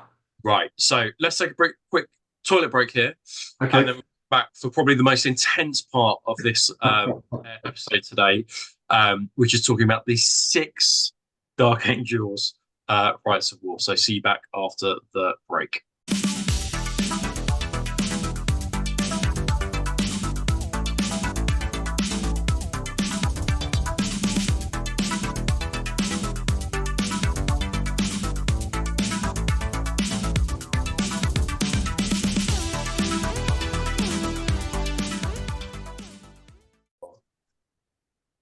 Right, welcome back, everybody. So as we took a little toilet break, it was not 30 seconds. Actually, it's probably been about 20 minutes because we've been discussing this apothecary tech marine thing. And I think just from the responses we've had on Facebook and from friends who play Dark Angels, that we would probably agree that the apothecary and tech marine needs to have the same rule as the unit is being assigned to, and partly because of the order in which the assigning is done, and then the independent characters and stuff. But we will clarify that, and what I'll do is I'll clarify it in the comments, because then a little bit more time will have passed, and then I would have got proper kind of explanations from other people. So we'll put it in the comments below just to clarify it. But you can see that me and Lee haven't assigned apothecaries and dark angels this previously, so that's the reason why we are a little bit confused. So we're going to talk about the six Rites of War here. Now, as I was reading these earlier, I was thinking to myself, that is good, but is it as good as the generic Legion Rites of War? That, I think, is the question that as a Dark Angels player, you need to be constantly asking yourself. Now, the general trend and theme of all these Rites of War, I think, are that they are extremely lore accurate. I think they're written relatively well. But the problem becomes your troops are not line, or whatever you're replacing within your troops choices are not line. So you're always going to have to take, in addition to these really cool super duper things, some line in the form of tactical squads, despoiler squads, assault squads. Now that's no bad thing, because Dark Angels just tac squads are better than other people's tac squads, just from the virtue of the fact that they get +1 to hit. But you need to be constantly thinking, okay, where is my scoring coming from? Another alternative, I think, going through these 6 that you might want to consider is, rather than going down a tac squad route, you might go down some Legion inducti routes, and that will give you access to the Volkite chargers, which they obviously come automatically upgraded with, and it will give you some line as well. But remember, you can't attach anything to those units. So I think that they've got some pretty awesome rites of war. But you've got to think about where your scoring is coming from, because it ain't coming from your destroyer squads or your interrupters or whatever, even if you can take them from troops. Is that a fair thing to say, Lee? Or anything? Yeah, I think so, 100%. I think this Steel Fist is a prime example of what you've just said. Yeah. You can spend a lot of points filling up troops and elite slots, but scoring's key in this edition. You need what, at least 4 or 5 scoring units, ideally. Yeah. And not a 5-man scout squad. You need stuff that can actually hang around. Yeah, and actually here a good example is just taking the Legion recon squad. It's got to be embarked on a transport. So that then so there are things here that I think that all Dark Angels players need to consider. The other thing though is that you might be a Dark Angels player that goes, you know what, fuck scoring. I'll be successful on the missions where I've got to kill shit or I've got to do control. But I am not going to worry about objective-based missions, because I love the lore of Dark Angels so much, and the Steel Fist or whatever, and you just want to embrace that. And I think that's absolutely fine, but you just got to be conscious that but you've got to have scoring in. You don't always have to have scoring in, but you just need to recognize that you will lose probably 60 to 70% of your games if you don't, I think.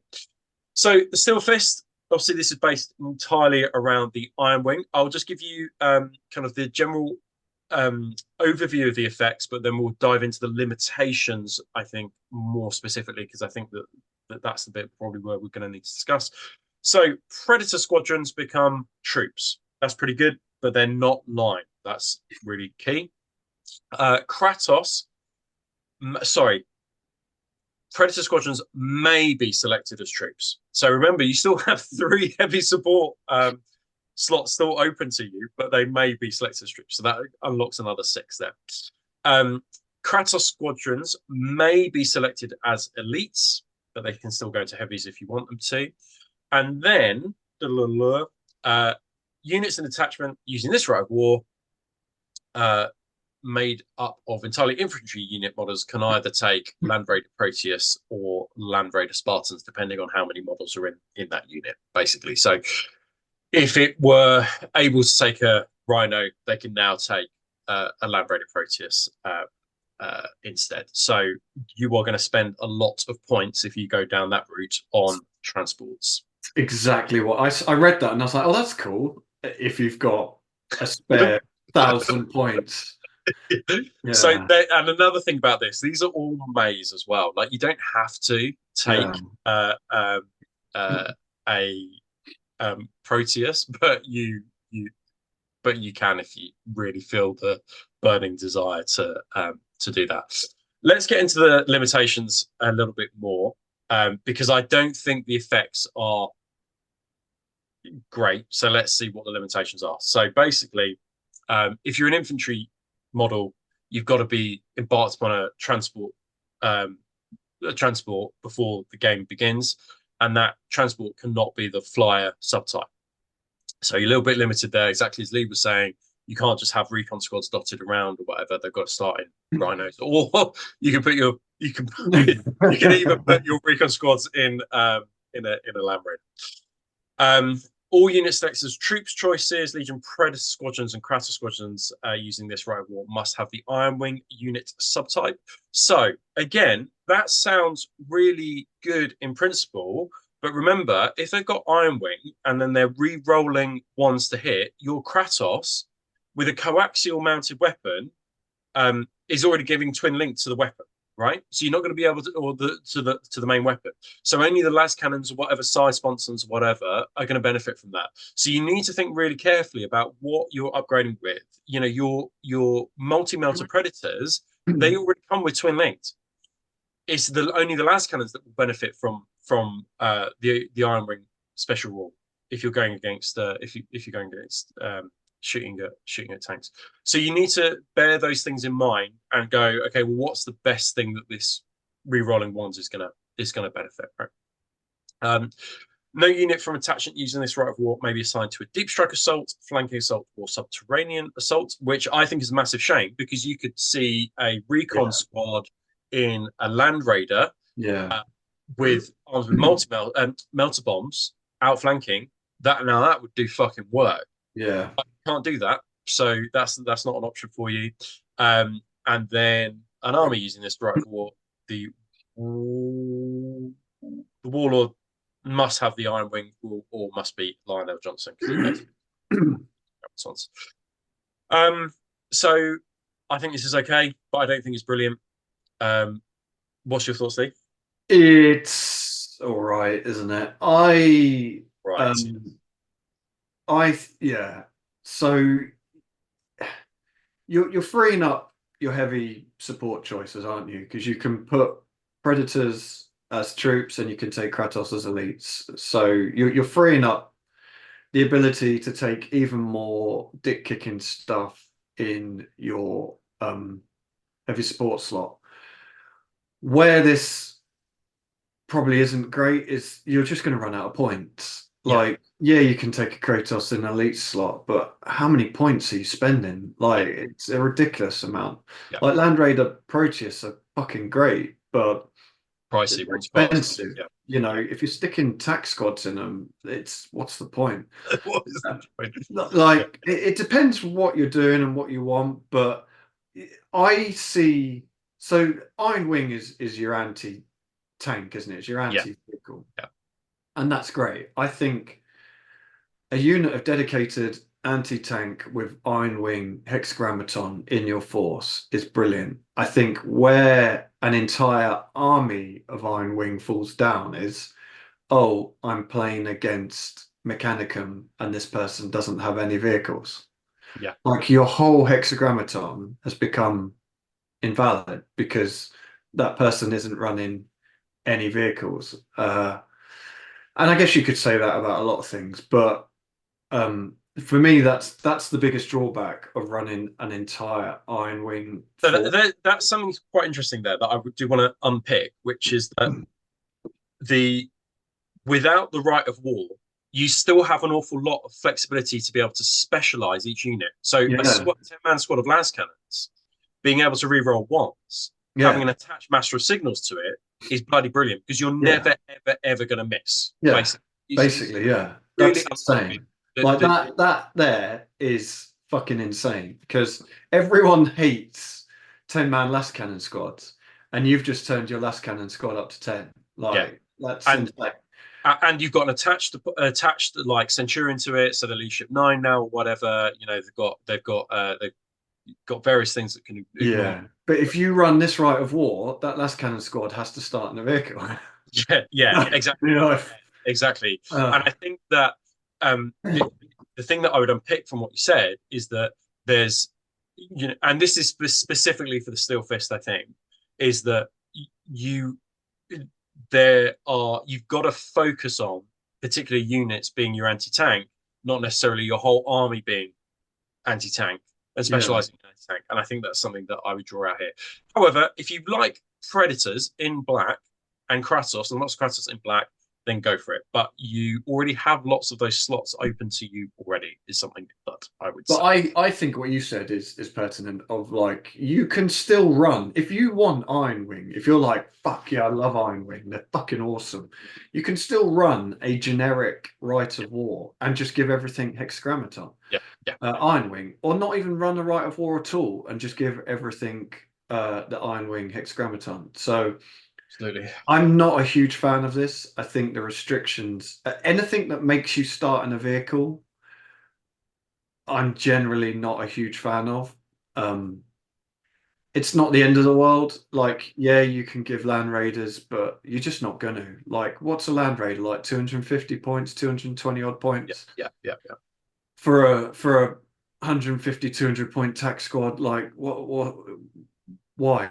Like, and then like you put this force up against an Iron Warriors force, and they're Yeah, just gonna laugh in Iron Warrior and shoot you off the table. yeah. Like, that's the trouble, isn't it? That So, that's another thing to consider. So the other thing I just want to say, and I knew this would take some time because there are comparisons that I want to make here as well, Lee. So I just fill this time. Fill this what time. I would say quickly Yeah, is go for for it. units like veterans, if you wanted to run a veteran squad, um, this allows you to stick them in a Land Raider because veterans, I believe, don't have Land Raider as a choice. They have Mhm. drills and fucking drop pods and this and that. But yeah, That opens up a good option, doesn't it? it's still, meh. Yeah, yeah, well, Like, it's going to be so many points that you're not going to have much to play around with. that's So the problem. the obvious comparison that we need to make on this one is with, let me see if I can find it. Armored Spearhead. Armored Spearhead. That's exactly it. So with Armored Spearhead, you basically it's lots of the same kind of restrictions. So Predator squads become troops choices. Sikaran squads then becomes elites, which I think is a little bit better. Yeah, yeah, Kratos, yeah, because I yeah. think we've spoken about Kratos a million times. I don't think they're good for the points that they are. They need to be No, about 50 to 100 points cheaper. no. But what's really cool, I think, about the Armored Spearhead, is that basically you can give a Sakaran and make it a super duper. You can make a Predator or a Sakaran, I think, your HQ choice. Yeah, here we go. A Sakaran or a Predator, and then it gains the Master of Armor, which gives you a 5 up invuln and then +1 BS. I think that's and then on top of that, you then give it Iron Wing. Yeah, So basically, it's yeah, rerunning once, yeah, yeah, yeah. and then it's +1 ballistic skill. Put that on like a Sakaran Arcus or just a normal Sakaran. It's always going to hit. You've got 5 up invuln. Really, really nice. And I think that this might be a more interesting option to you than the Steel Fist. I think is something that you should perhaps consider instead. Yeah, I agree. I agree. Like I say, I don't think this is absolutely awful. I think Armored Spearhead is, unless we're completely missing something, I would say I'd probably go with Armored Spearhead over this. Agree. Cool, But cool, yeah, cool. cool. Right. Well, we spent a long time on that one, so let's see how long we spend on this one because this is so complicated. So I'm going to try and basically sum it up as best I can because there's loads of words and we don't want to just read every single word here. So basically, destroyers, either jump pack destroyers or normal pack destroyers, and the interemptor squads become troops, no line. I think we've all been desperate to see, in some way, destroyers become troops, Yes. and I think I was a little bit disappointed not to see a generic right of war that unlocked that. But Yeah. if you're somebody who wanted that, the Eschaton imperative is great. Now, the problem with the Eschaton imperative, though, is I think that it is not a great right of war to run for your opponent. Now, it's Yeah. quite cool and quite thematic, like lots of these rights of war, but I think that it's going to become super oppressive for your opponent. And if you're somebody who thinks about and considers your opponent's kind of play experience, this is not going to be a positive play experience unless Yeah. they're an Iron Warriors player and they can just sit back and shoot the Yeah. shit out. Yeah. Yeah. That's when it does. So, and the reason I say that is because No Man's Land, the whole of No Man's Land becomes difficult terrain. So yeah, yeah. And then, Open terrain becomes and then on top of that, the Eschaton player then puts down 2 markers and they make 12-inch bubbles that then become dangerous terrain. Okay, so that's going to become super restrictive because you can put that and go, right, I'm going to put that right in front of my player Spartan or right in front of key assault units is going to slow yeah. them down, maybe immobilize something. Okay. Now that's become less of an issue because you only have to make one dangerous terrain tech now in one Yeah. phase due to the fact, but it's still going to be super oppressive. It's going to slow your opponent down by 2 inches or potentially immobilize them as well, or potentially fail some for going over difficult terrain. Always, if you've got a jump pack, always going to be dangerous. Okay. And then on top of that, final rule is that anything with a Dreadwing unit subtype gain +1 to wound against models that are in area terrain or terrain piece that counts as dangerous terrain. Okay, so they get +1 to wound. So it's all great. It's all dandy. It's a pretty good rite of war. I think it's quite cool for the player, but I think it's super oppressive for your opponent is the only thing that I would say. Yeah, I don't think this is that amazing. I could be completely missing something, but I think this will slow obviously, down your opponent. well, I think it'll slow you down as well, though, because you're No, because anything with the Dreadwing Dreadwing also it passes all dangerous terrain. dangerous terrain. Yeah, but it's still affected by difficult terrain. yes, so you will be slowed as well. So you're not going to be taking dangerous terrain tests, which is amazing for vehicles, for jump troops. But if you're running through no man's land, you're still going to be having your movement reduced. So it's affecting you as much as it's affecting them. Yeah. And then the eschaton markers are just fucking obnoxious, aren't they? Like that I think is the bit that is. And like you say, they've been reduced slightly now because you're only allowed to get hit by it once. But yeah, like I like this. I love the idea of like a destroyer company rite of war.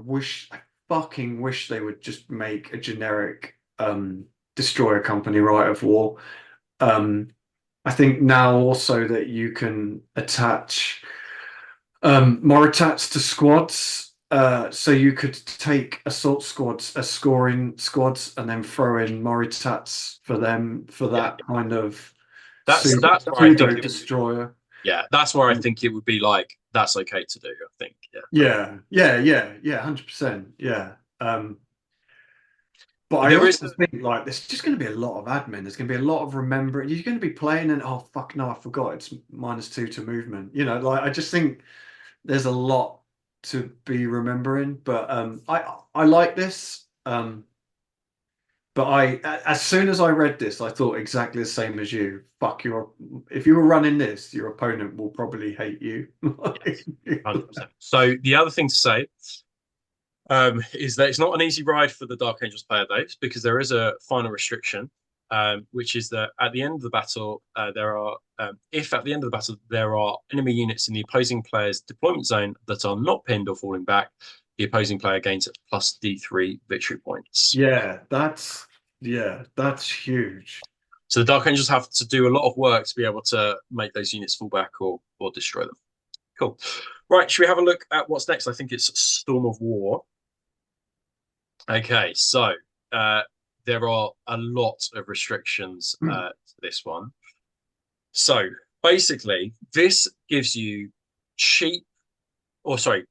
this gives you 3 HQ slots that aren't really HQ slots. Is the best way I can describe it. Yeah. So if you have a squad of 20 guys, either tac squads, despoiler squads, or Legion assault squads, they can attach a Legion Centurion.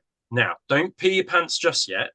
Because you might be thinking, oh my god, I can attach a Legion Moritat to every single one of those and make them super good.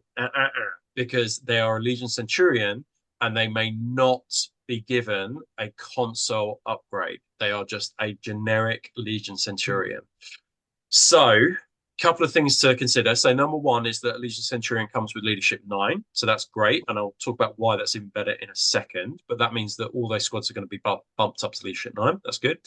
And then you've got some good war gear options as well within there. So an obvious one, I think, for a Legion Centurion to have is a Nemesis rifle attached to a squad of 20 tac marines, because you can go, right, boom, Nemesis rifle, I'm going to shoot your HQ with my rending shot, or your sergeant with my rending shot, get rid of the artificer armor within that first of all, and then that means that your tactical squads can then hit with impunity without you knowing that they're not going to be kind of saving on a 2-up. So there's good combinations that I think you can do there that work quite well. However, like with Steel Fist, you're going to, if you decide to do that, you're going to be spending a lot of points on Legion Centurions potentially. 60 points as a base Legion Centurion, then you need to upgrade it with some weapons and kit from there. So just to make things a little bit more complicated, your the Legion Centurion that you have for those squads, none of them may be the army's warlord. And remember that they can only go in things that are squads of 20 as well. So it has to be 20, and you can't have a squad of 10 and put a Legion Centurion in there. All models with both the character and the Stormring unit subtype gain the stubborn special rule. So again, linking back to that Leadership 9. So not only do all these squads now have Leadership 9, but they also have Leadership 9 stubborn as well, which is great, all good, all dandy. Yeah. And then tax squads, despoiler squads, and assault squads may be selected as elite choices. I literally don't know why you would ever do that, but you already have to fill. But if you want 10 slots to fill with just a mass of dudes, then go for it. And then Legion Assault. If the 6 slots in troops isn't enough for you. Yeah. So I think the problem with this, and I've played against it before, it's fine if you kind of like, you want 3 large tax squads. But if you're doing something insane, like putting 10 Legion tax squads with 10 Centurions, you're going to have no room in your list for anti-tank, for serious units with close combat punch. So there is a cut-off point, I think, where you kind of go, oh well, Legion assault squads are fast attack, that's great, but is it great, or is it just a bit of a gimmick within the Rite of War? Yeah. Because you're gonna have to put other things in your list to be able to fight a well-balanced list, for example. Yeah. So just something to consider. However, it will be a fucking pain to get, even if they've got no anti-tank, it'll be a fucking pain to get these things off of objectives, especially if they got off the couriers, because they're stubborn 9, then they'll have their 4 up, feel no pain because of Heart of the Legion or whatever if it's a tax squad, and there will just be an immovable object. So just something to bear in mind there. As for the limitations, there's quite a few here. So your tax squads, despoiler squads, and Legion assault squads, they've all got to have the Stormwing special rule. So no, your assault squads or despoiler squads, you probably want Deathwing on those because they've got like in swords. But yeah, all compulsory troops in the detachment must take the maximum amount of models possible. So bare minimum, you take in 20 assault marines, 20 despoilers, or 20 tax squads in each you want. So 40 minimum. You can't deep strike, flank, or use subterranean assault. You're just marching slowly as if it was World War One. And then your warlord has to have the Stormwing special rule or be Lion L. Johnson as well. And I think that for me, having a warlord with Stormwing, you just like, I've got +1 to hit on a bolter. Yeah. And when they could be having so many better rules than that. So yes, I think it's all right. I'd have to be convinced that having a Centurion in there is really worth it, unless you're talking about a Siege of Cathonia objective game. Sorry for my daughter. But I can really see why this would be useful for 2 big squads of 20 Marines with apothecaries and consuls. That I think is where it comes into its own. Yeah. I mean, it does link back to what we were saying of scoring is key, and here you have the ultimate scoring. Like, if you really can be bothered to paint 60 dudes, you're going to have 3 fucking hard to move units unless you're sniping out those Centurions. Yeah. But I'll be honest, ever since they released rules for Stormwing, I've just found it a bit boring. Like, of all the things you can do with Dark Angels, I just think this is meh. Yeah, shooting bolters really well. Like, like they do it well. Like, yeah, they're just tac marines, but they do it well. Yeah. But I just think if that's your thing, then this is the Rite of War for you. But I'd rather have cool dudes with swords fucking chopping heads and flying around on bikes and all sorts of shit than just 100 blokes walking across the And fucking. then the other thing, just to add final point on this, there's nothing stopping you from maxing out your units uh, just in a with no right of war and giving them Stormwing and then Yeah, attaching her yeah, into yeah, yeah. the And slots as well. actually, I find squads of 20 like cumbersome. Yeah, I find them difficult. Like I think 15 is tends to be the magic number if you want large units. I find 20 just becomes a fucking nuisance, yeah, and if you get in combat or anything with another unit, half of them are just stuck at the back, not able to do anything. yeah, So yeah. yeah, So I don't think it's it's terrible. interesting. I think it's good for scoring, but I'd be interested to see how players balance this list, especially when their warlord is just of the Stormwing. The other thing I would say, just going back to and just drawing another thread out here, is that lots of these rites of war lock your warlord obviously into a certain hexagrammaton, and that's important when considering Marshal of the Crown as well, because with Marshal of the Crown, if your warlord is locked in, it means that it will force you to have an assault phase, shooting phase, or movement phase reaction in particular term, which is fine. But just remember that with Marshal of the Crown, that also locks you in with a specific reaction that you might be like, oh, I want a different one. So that's just something to bear in mind. Right, let's move on to the next one, please. So the Unbroken Brow. Now, I actually think this is pretty good. I don't think you still have that issue of having to have line units within here. And we'll talk about the objective in a second that you've got to put down. But I think the buffs with the Unbroken Vow are great, and I think that it doesn't suffer too much from some of the restrictions, say with Pride of the Legion. So this is Pride of the Legion, but your Tartarus, Cataphractii, and Vets don't gain line within the compulsory.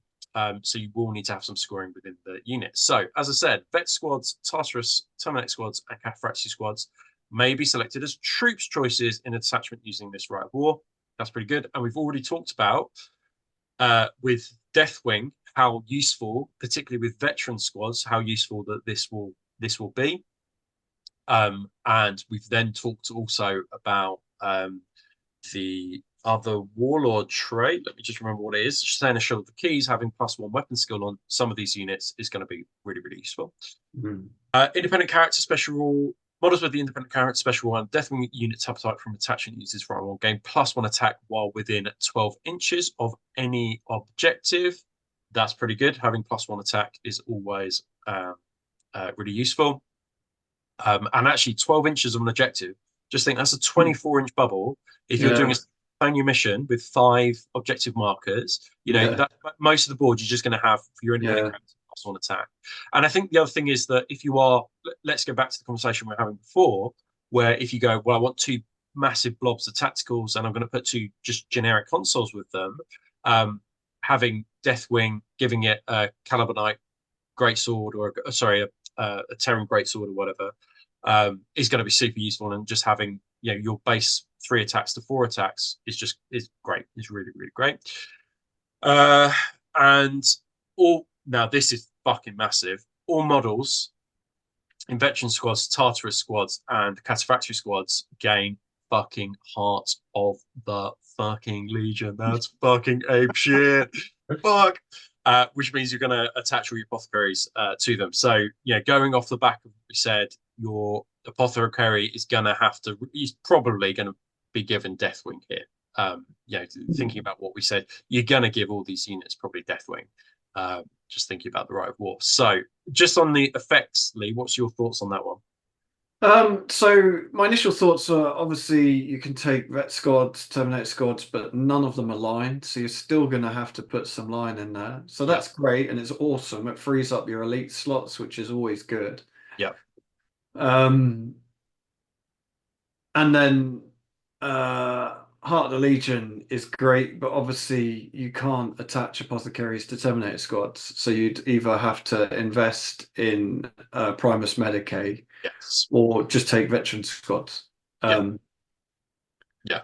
but yeah, it's pretty fucking good, isn't it? I can In really Heart of the see Legion. this. I can really see this by primarily being vet squads because of the weapon skill 5. Yeah. See people just maxing out the vet squads on here, and then yeah, I think that would just be You're maxing out your attacks with vet squads, aren't you? Like, I really like Terminators, but once if they've not destroyed whatever they hit in the first round of combat, they just tend to get well, and the weapon skill 4 as well. So stuck in combat and their weapon skill 4, yeah. But you are getting the +1 to hit, aren't you? well, only if you got a sword, like, and that means that Oh shit, yeah, so yeah. Yeah, you're well, gonna have give all to, your Terminators power swords. yeah. So But yeah, fuck yeah. yeah, Yeah. so the you because I think This the problem here is that the Tartarus and Cataphractii, you're like, well, that's quite good, but really you want Tartarus and Cataphractii to have power fists and chain fists and things and thunder. yeah. None of those gain those rules. So really, the only thing you're gaining here is the heart of the Legion and be able to take them a troop,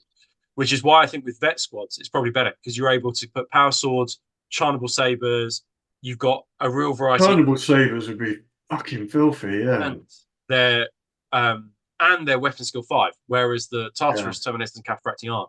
And that's why I think maxing out the vet squads is probably the best way to do this. And on top of that, they get Heart of the Legion, put an apothecary to them, which you can do. They've now got a 4-up, feel no pain near objectives. Yeah. So that's why I think for this one that's the way to go for this one. So let's just have a quick look at the limitations because this is quite a big one. So after deployment's been completed, you place a single objective marker at the center of the board. So you might have lots of other objective markers on the board, but you place a single one in the center of the board, or as close to it as possible because somebody might have inconveniently put an objective marker already down there. At the end of the battle, if the controlling player does not control the objective marker, the opposing player gains +1 victory point or D3 victory points if the opposing player controls it instead. So you really need to stand and fight for that central objective. It means I think it might limit a little bit of your movement because you're going to want your a unit slap bang in the middle of that right from the get-go defending it.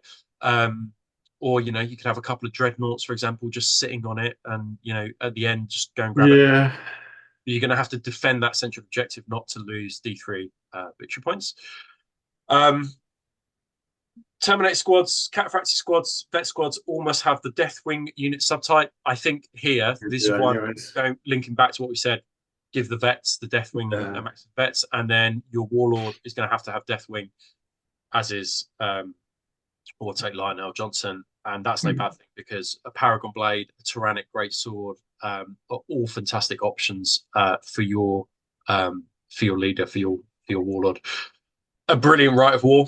I really like this. Saying, with Pride of Legion, does it restrict you still to 1 heavy support slot or not? Yes, yeah, it does, I believe. Yeah. So with this Rite of War, you're also not restricted on the heavy support slots. And I could be wrong, but you're not allowed to take a Lord of War, are you? I can't remember now off the top of my head. I know allies, but this. So you're not allowed allies. You're only allowed 1 heavy support and fast attack.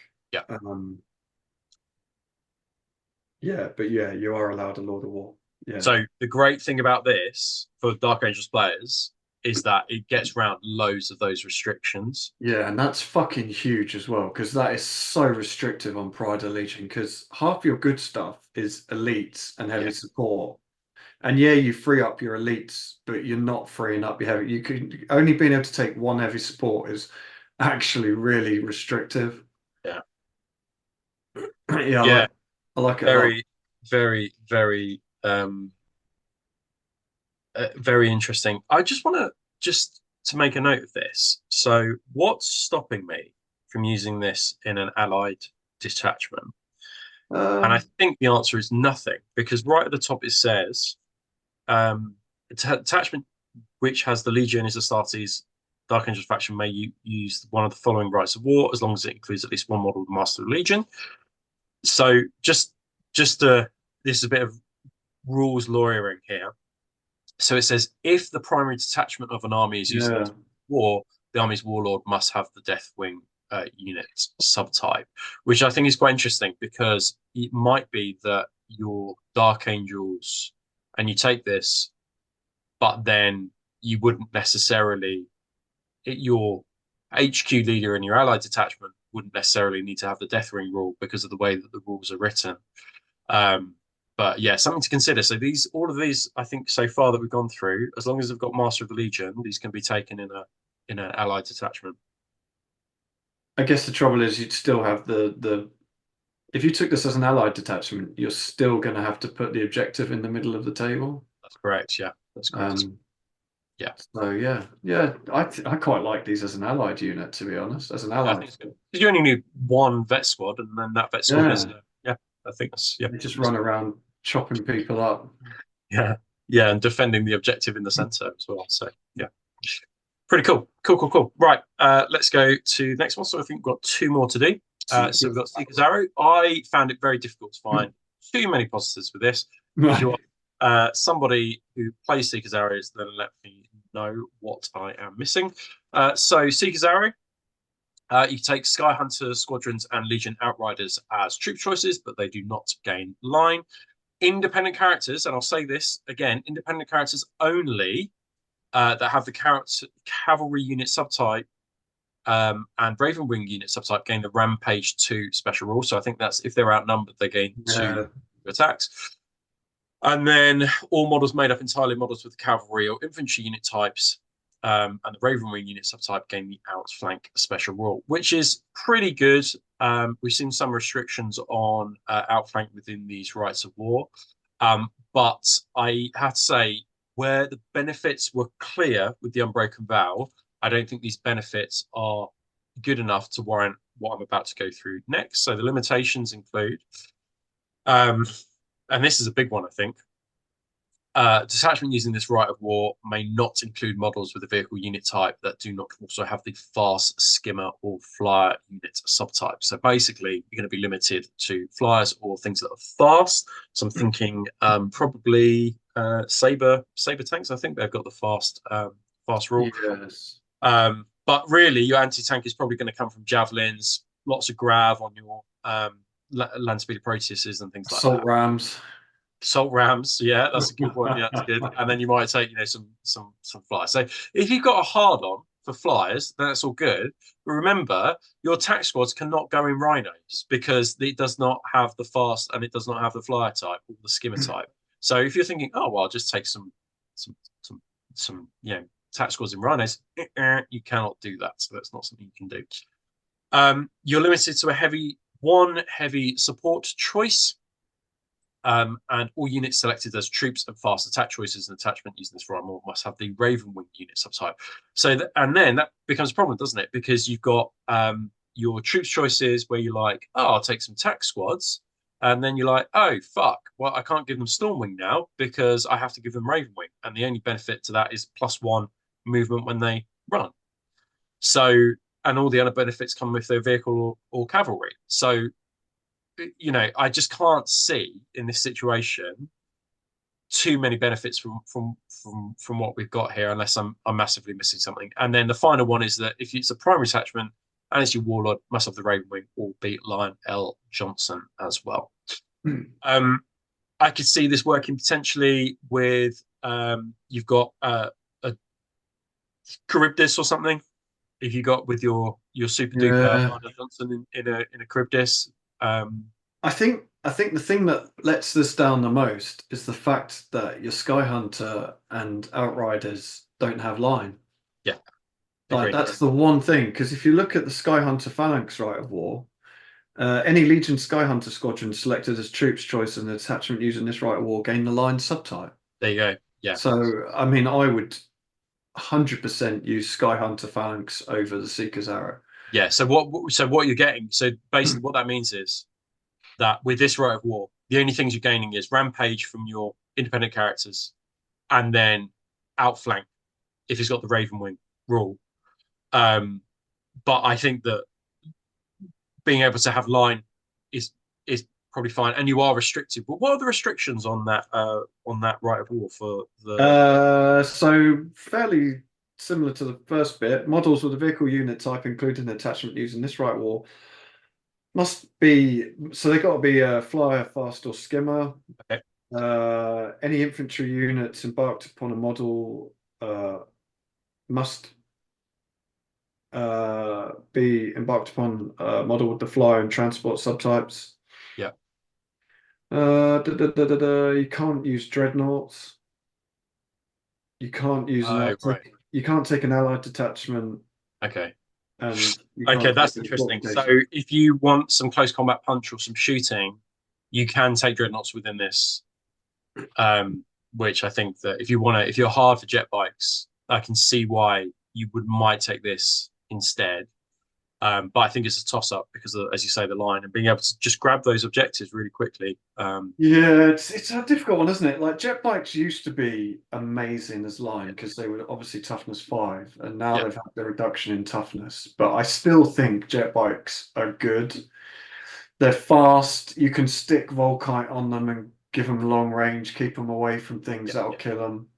yeah, Um, yeah, not being able to take dreadnoughts is a bit crap, but I don't know. I think I'd rather have line on my jet bikes yeah, than being able to drop. Because you're only gonna, how many dreadnoughts really? You're gonna have to put them all in dreadnought drop pods. Like it's a fuckload of points yeah, just to be able to drop something that someone else can just run yeah, without the drop pod tax, you yeah. know. And also, again, there's nothing stopping you from taking jet bikes and just giving them Raven Wing, just in a not in a generic Yeah, yeah, line. yeah, yeah. So, yeah, cool. Okay, well, let's know your thoughts on Seeker's Arrow. Whether you think it's good, yay or nay. And then finally, we got this one, which is really good. Now, Lee has actually already gone through this one when we did our allied detachment. He created an allied detachment using Seeker squads when we did our 1,000 point allied challenge. So perhaps you could go through this one for us, Lee, because you're probably more familiar than I am with it. Yeah, it's been a while. So Serpent's Bane, obviously this is the Fire Wing Rite of War. So Seeker squads can be taken as troops choices, which I think for the Fire Wing is actually like Seekers don't get a lot of love, but I think Fire Wing Seekers actually have quite a bit of play. But Yeah. although So their weapon skill, they're Seekers, ballistic skill 5 anyways, aren't they? yeah, and Seekers have precision strike, and they have precision strike 4 up. Sorry, they come with 4 up rending or 4 up breaching shots on their Scorpius bolters, whatever they're called. Yeah, They come with infiltrate already, and they've got yeah. mark for death as well.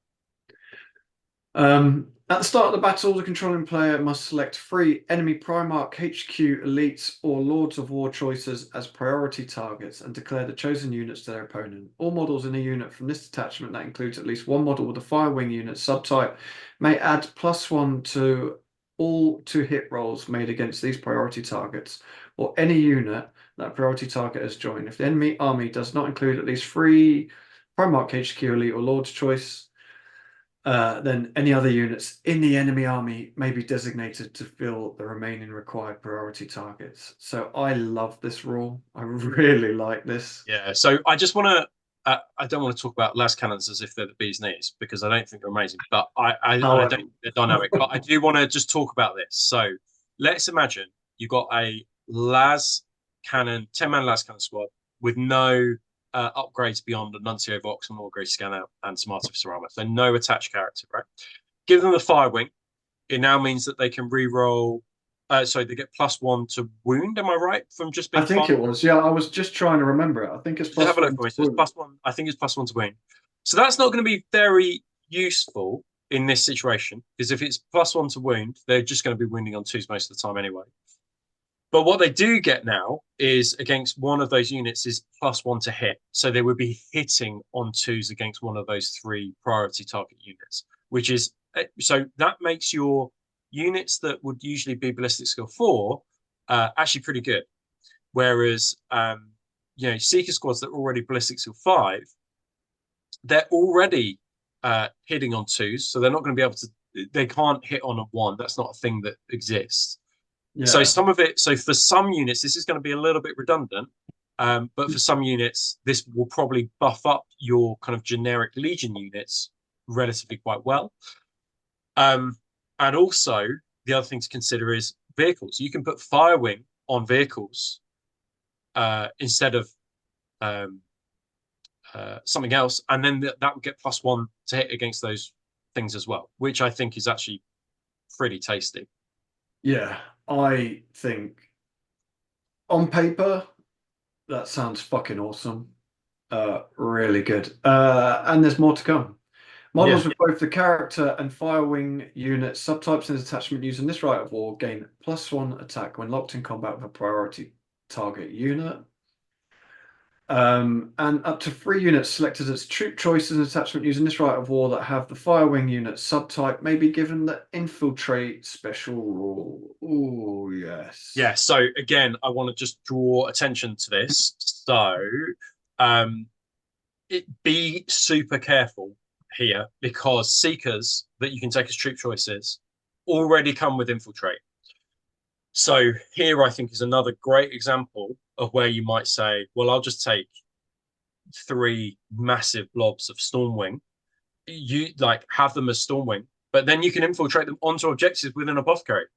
And like, it's just going to be impossible to move them. And then that just leaves them there. Well, no, you won't be able to do that. Why not? Oh, because they don't have Firewing. Because of limitations. Because of the rules, Robert. Because the rules boring. Okay, they've got to have. Okay, they've got to have Firewing. Okay, I still think that you could give them Firewing and have +1 to wound, and then just infiltrate them onto objectives. But just the ability, yeah, I think infiltrate is pretty fucking good, and it can be negated, but yeah, just the ability to have attack squad starting in a rhino right next to an objective is pretty fucking awesome, really. great. So that's the effects limitations. As I just mentioned, all troops choices in the detachment using this rite of war must have the Firewing unit subtype. At the end of the battle, the opposing player scores. Oh, fuck! This is not. Shit. The opposing player scores +3 victory points for each priority target unit that has at least 1 model on the battlefield and is neither pinned or falling back. Fuck, that's nuts, savage. So you could potentially lose 9 VP. So what I would say with that is be very, very careful what you choose as your priority targets. So, yeah, whatever you choose, you want to kill it. Damn. Like, I mean, that is harsh because that's not even like you don't get any points for killing them. It's just easier for you to kill them. Yeah. But you're potentially giving up 9 victory points. Ooh. If the primary detachment of an army is using this rite of war, the army's warlord must have the Firewing unit subtype or Lionel Johnson. I really like this. When I first saw the rules for Dark Angels, I instantly wanted to do a Firewing force. I love the idea of it. I love the color plates where they showed them with the red shoulder pads. I just fucking loved everything about it. I think you have to be very clever with this list. I think you really need every unit you have needs to have a job and a specific thing to kill, so that when you pick your priority targets, you can be like, right, that's going to kill that, that's going to kill that, and that's going to kill that. Even if that is, I know we keep banging on about it, and I hate the fact we keep banging on about it, but even if that is, your last cannon squad is your dedicated Lords of War destroyer, and like, yeah. But I think this rite of war, I really like it because I think it could be savage. I think you could really just tear someone to pieces. Okay, I think, yeah, I agree. So basically, the option you have for this force is that you need to play a game where you are not worrying about scoring because you've infiltrated onto the scoring, onto the objectives turn 1. And that means that then the game that you play is then one of trying to destroy these 3 priority units because otherwise you will lose. So I think, honestly, 3 big blobs of TAC Marines with attached apothecaries infiltrating onto objectives, so they're not going anywhere. You can afford to lose some, and then this, because you're kind of like, well, I want to do orbital assault, but I can't because it's not an orbital assault right war. So you might have to be forced to go down things like Leviathans in drop pods, Contemptors in drop pods, in Dreadnought drop pods. Yeah. just geared up for shooting. Charybdis with a fucking like absolutely demented hardcore close combat unit to go in and destroy shit as well. All right, I'm just gonna pause it. Just somebody's at the door. More Warhammer probably that I bought, so I'll be back in a second. Sorry about that. That was a client's models being dropped off. I